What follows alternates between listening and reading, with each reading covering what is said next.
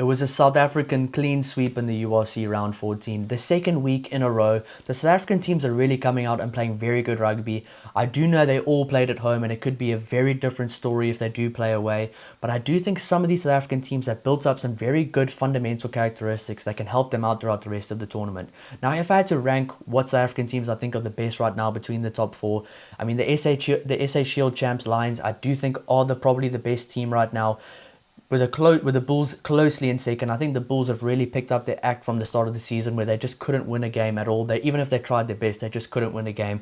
The Bulls forward pack is looking deadly. They're looking big. They're looking sharp. The Bulls backline players are looking fast. I mean, they're looking deadly from all over the field. Andre Pollard is slotting over kicks easily.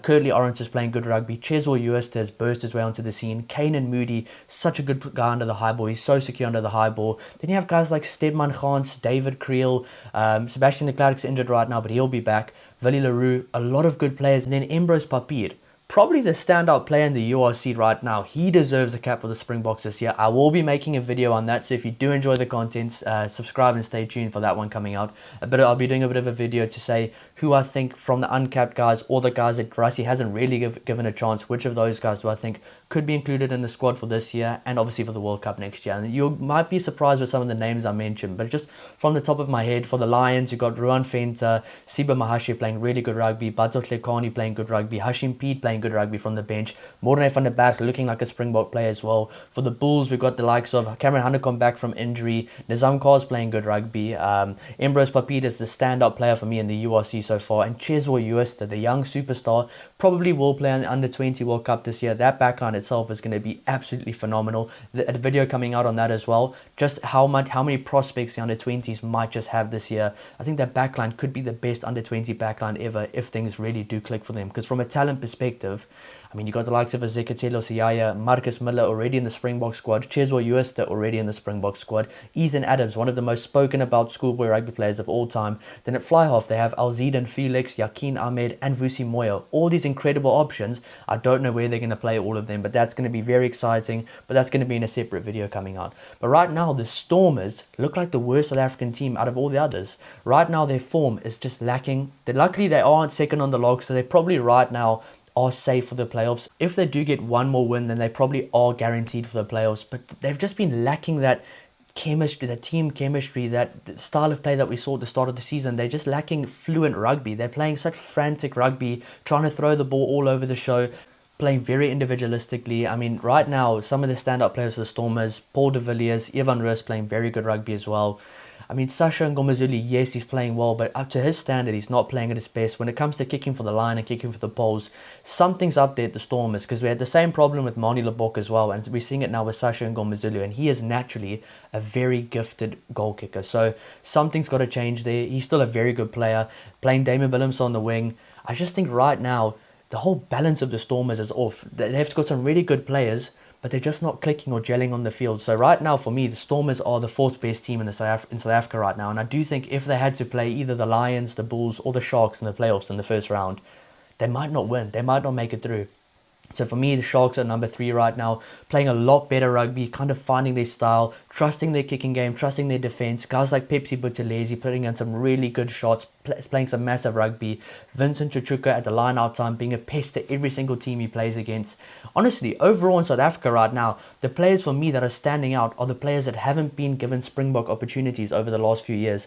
Yes, a lot of the Springbok players do play in Japan and probably are resting right now for the main URC teams, but some of the players that are really standing out, like Embrose Papier, Cheswell Uesta, Pepsi Buthelezi, Vincent Chuchuka, are guys that haven't been given many opportunities or even any opportunities over the last few years. So it is a very exciting time, some youngsters coming through. But overall, I do think the Lions, the Bulls and the Sharks could go play away and still be successful. And they're going to have to. I mean, the Sharks right now, their playoff starts right now. If they want to beat Connacht to the race to the 8, and if they want to somehow kick out the likes of a Munster or a Cardiff from there, I don't think Munster is going to allow themselves to get kicked out. But Cardiff might be a sitting duck in the top 8, and I do think that's probably a team that the Sharks could target to make the top 8. It's going to be very difficult considering the start the Sharks had to the year, losing probably, I think it was all their games at the start of the year before changing coach. JB Peterson has just made such a good impact there. I mean, he's changed the style, he's changed the system, he's changed the culture. The young players are buying in, the old players are buying in. He's giving young guys opportunities like a Yaku Williams, a Luan Gilumia, really good players just showing what they can do at the highest level. I mean, Emil van Heerden's had a phenomenal season. Nick Hatton's really showed up as a leader. And Pepsi Buthelezi for me has probably been the standout player for the Sharks recently. Then you also have the likes of Andre Esterhuizen and Ethan Hooker in the centres. And with a good centre pair like that, you can go very far in any tournament in Europe. So I do think that the Sharks have a very good chance at probably winning the Challenge Cup and maybe making it to the semi-final of the URC. And we know in a semi-final, anything can happen. So I'm just really excited about the Sharks team now as well. So right now for me, Lions number 1 in South Africa right now, probably the best team, playing the best rugby. Number 2, the Bulls, realistically the team that can probably go the farthest in both the tournaments they're playing in. Champions Cup this weekend against Glasgow. Honestly, they can maybe get a win. I do think this team can. If they send their best team, they could honestly upset Glasgow Warriors, which sounds crazy if you think of how they started the season. But right now, they're playing really good rugby, and their superstar players are playing very consistently, but their non-superstar players are playing like superstars. So for me, the Bulls right now look like the biggest threat to the entire competition for the other teams. Then the Sharks, if they make a semi-final, anything can happen, and they're looking like a much better team right now. But the Stormers, I don't know what's going on there, and they're going to have to really pick up their act. But overall, it's good to see all the South African teams within the top 10 really playing good rugby with some standout moments as well. I mean, the Stormers, yes, they are the weakest team right now based on form, but they're still sitting at 51 points, 4 points behind the Glasgow Warriors, who's apparently their dream team. So the Stormers are doing something right this season at least. But overall, a very positive weekend for South African rugby. The second clean sweep week in a row.